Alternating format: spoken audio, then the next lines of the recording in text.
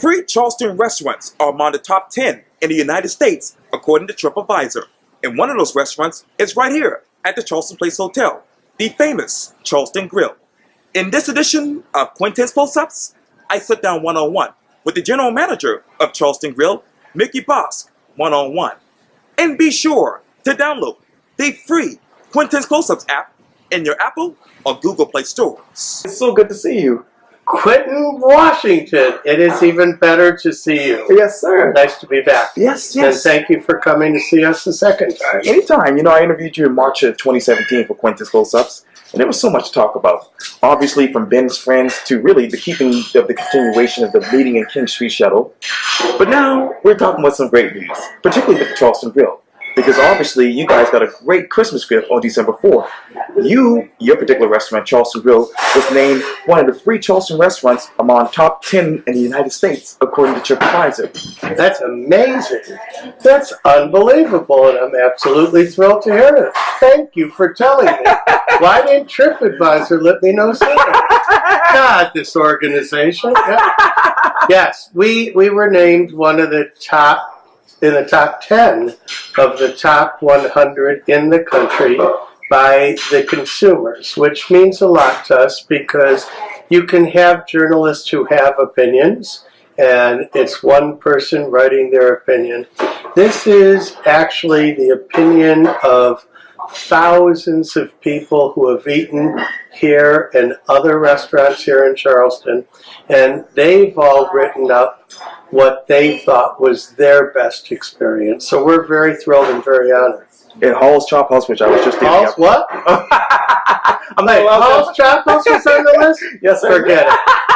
We take ourselves off, ladies and gentlemen. No, Hall's does a fabulous job, yes. As does Circa. Right. Circa, I speak for all three, even though I don't know. Yes, I know them all well. You're a legend. I'll tell you, we're just honored when it comes from the consumer. It means far more to us than when it does from an anonymous face, you know, in terms of a journalist who has their own personal biases. This is the result of analytical look at all of the reviews that are done around the country, and not just for the Charleston Grill to be on the list, but for 3 Charleston restaurants to make it on this list that is nationwide is a very big deal for our city, and we're thrilled to be part of it. You talk about journalists and their opinions. When it comes to the food and wine scene here in Charleston, where do you look at when it comes to journalists? Rephrase the question. What do you mean, where do I look at? How do you view journalists when they talk about food and wine in Charleston? I don't pay any attention. I really don't. I pay attention to the guest. It's the guest that matters. You know, you can have one journalist who hates something and another journalist who loves something. To me, it doesn't matter, and to be very frank, it has never mattered. What matters to us here is when you come into the restaurant, or your listener comes into the restaurant, our interest is in what they feel. What is their experience? You know, you can have, I've seen journalists write restaurants and bash them, and yet I hear guests say they love the location or love the place. So for me and for our staff here, it's always been about the guests and the guests' input. And that's one of the reasons why TripAdvisor and Open Table, which rates us right up there, those are important because those are the guests' experiences. What is the typical experience here at Charleston Grill? Stunning, smashing, spectacular, delicious, engaging, exciting. I mean, we try, I think, more than any restaurant in town, and I apologize to all my friends, we try to create the entire dining experience that puts people in a position where they feel like they are kings and queens, that they are being treated like royalty, that everything they want is achievable, and everything we do for them is about them. There's going out to dinner and then there's dining. There's a lot of restaurants in town that are going out to dinner. And there's nothing wrong with that. You go, you get a bite, boom. Here you come to dine. Here you come for the experience. Here you come for these guys treating you in a way that you just don't get treated anymore. And that's the magic of the Charleston Grill. They talk about this also in the article from Channel 4. It says this year, the awards recognize 75 U.S. restaurants overall across the categories, that is, of fine dining, as well as 2 new categories, everyday dining and fast casual. How do you define everyday dining when it comes to Charleston Grill? Well, I don't think Charleston Grill is everyday dining, and I love the fact that they're breaking it down. Okay. I don't think it makes any sense for us to be compared to Little Jack's Tavern. I love Little Jack's Tavern. I love Brooks who runs it. But it's an everyday restaurant. It's a place you go in casually and have a good meal, and you go in, you're out, and you're done. That's not what we are. We're a level above that kind of restaurant. We're a dining experience. There's a lot of great everyday dining places, you know, and there's a lot of great fast casual places. But we stand in a different category, and I'm thrilled to see that they're creating those different categories.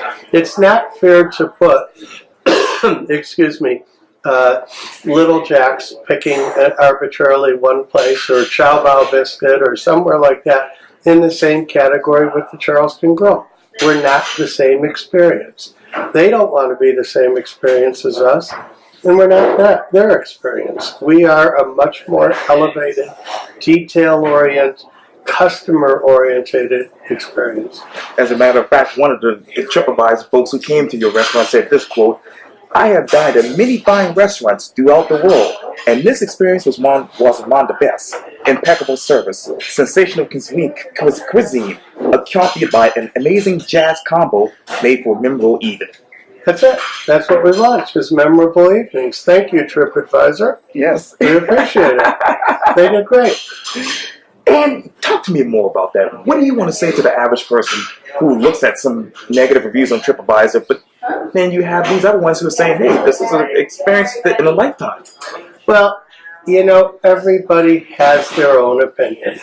And what I would say to them is come here and let us help you make your own about us. This restaurant is not for everybody. There are some people who come here feel out of place. There are some people who come here feel it's far too expensive for them. This is not a restaurant that is for everybody. But having said that, this is a restaurant where anybody can come and be made to feel special if they let us. We turn over to public transportation. King Street meeting. After the loss of the Meeting Street bylaw 3 years ago, and many left without transportation to get to the nearest grocery store, you told me on March 10th, 2017, this quote, "It saddens me, it angers me, it hurts me." And during that time, you and other organizations donated $46,000 to Carter to keep it running. Yes. Where are you almost 2 years later?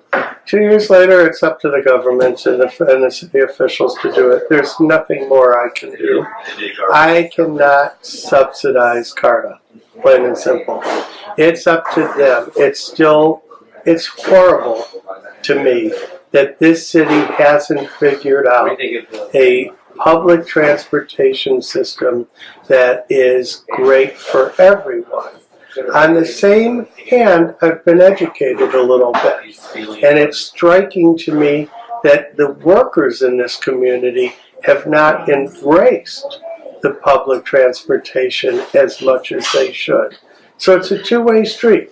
I think that the workers need to come to the table and start using public transportation. And I think the city needs to keep looking at ways to make it more approachable to everybody. You talk about workers. Let me talk to you about alcohol and drug abuse in the food and beverage industry. Boy, you're covering all the gambits. You also told me this in March 2017, quote, "We've got to do something about it." From 2017 to now, what have you done and your group has done to curb this big issue in the food and beverage industry? I don't think we've done a damn thing to curb it, but I think we've been there to help those who have problems. Ben's Friends, an organization that I started with Steve Palmer, Right. is now working with young people in our industry from all over the area. We've provided them with a new go-to place if they need help. We've provided them with shelter when they need a place to stay. We've provided them with different avenues in which they could use to get sober. So I don't know that we've done anything to curb the issue. I do think that the issue in the last year has become much more mainstream in the media.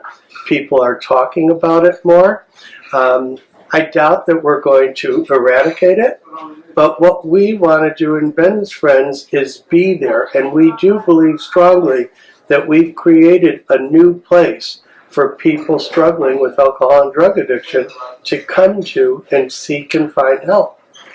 And you talk about help. What more should people be talking about when it comes to these issues? I don't know the answer to that. I think that friends should be helping friends. I think that employers should be talking to their employees about it. I think that every single person in the industry knows somebody who's struggling with alcohol and drugs, and many times we let it lay there like the elephant in the room without discussing it. So I think it needs to be brought to the surface more. And if someone's going to sit down and talk to you about Charleston Grill, what do you want them to say?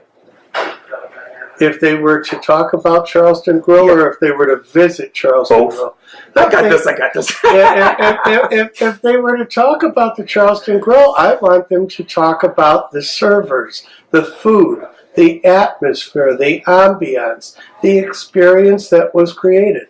I believe wholeheartedly that this restaurant has the single best service staff in the state, hands down. There are people that truly care. They care about the guest experience. They know about the food. They know about the wine. They are here to create these extraordinary experiences for their guests. And I want people to say that when they walk out, that they experience something far beyond any other dining experience they've done. But I got to break that down. Break it down. This is Quintin's School House. Quintin's breaking it down, ladies and gentlemen. Quintin's School House, which is known around here for. But you talk about the guests. What is one particular guest that still plays in your mind right now? One particular guest? Yes, sir. That still plays in my mind? I really don't have any guests that still play in my mind. Guys, what would one guest that still plays in my mind be? I'm asking the staff. Is there somebody that stands out as somebody that we really dazzle? Oh, I'll tell you a story. I love it. Okay, I got one, guys. RBG. Oh, Taylor, you should hear this story. Come here, Taylor.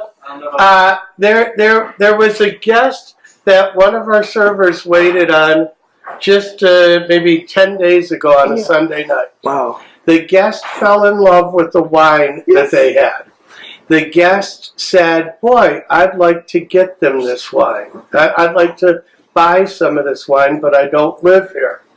We reached out to the owner of the winery.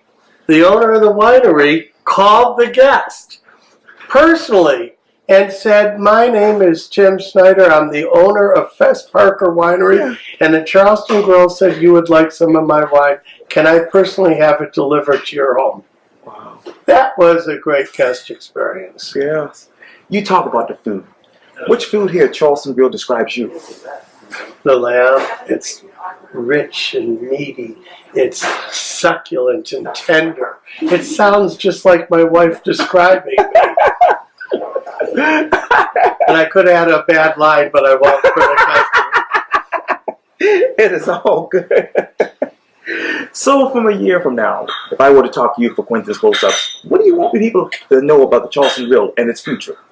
I want people to know that the restaurant is committed to staying on track to creating the best dining experiences anywhere in the city of Charleston.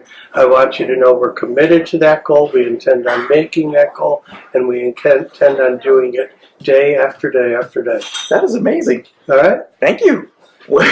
Ladies and gentlemen, Quintin Washington. Mickey. And I'm Mickey Bakst. He can't get the name. I could call him Quintin Wishington, but I'm not going to. Thank you for your time. It's a pleasure, sir. Thank you.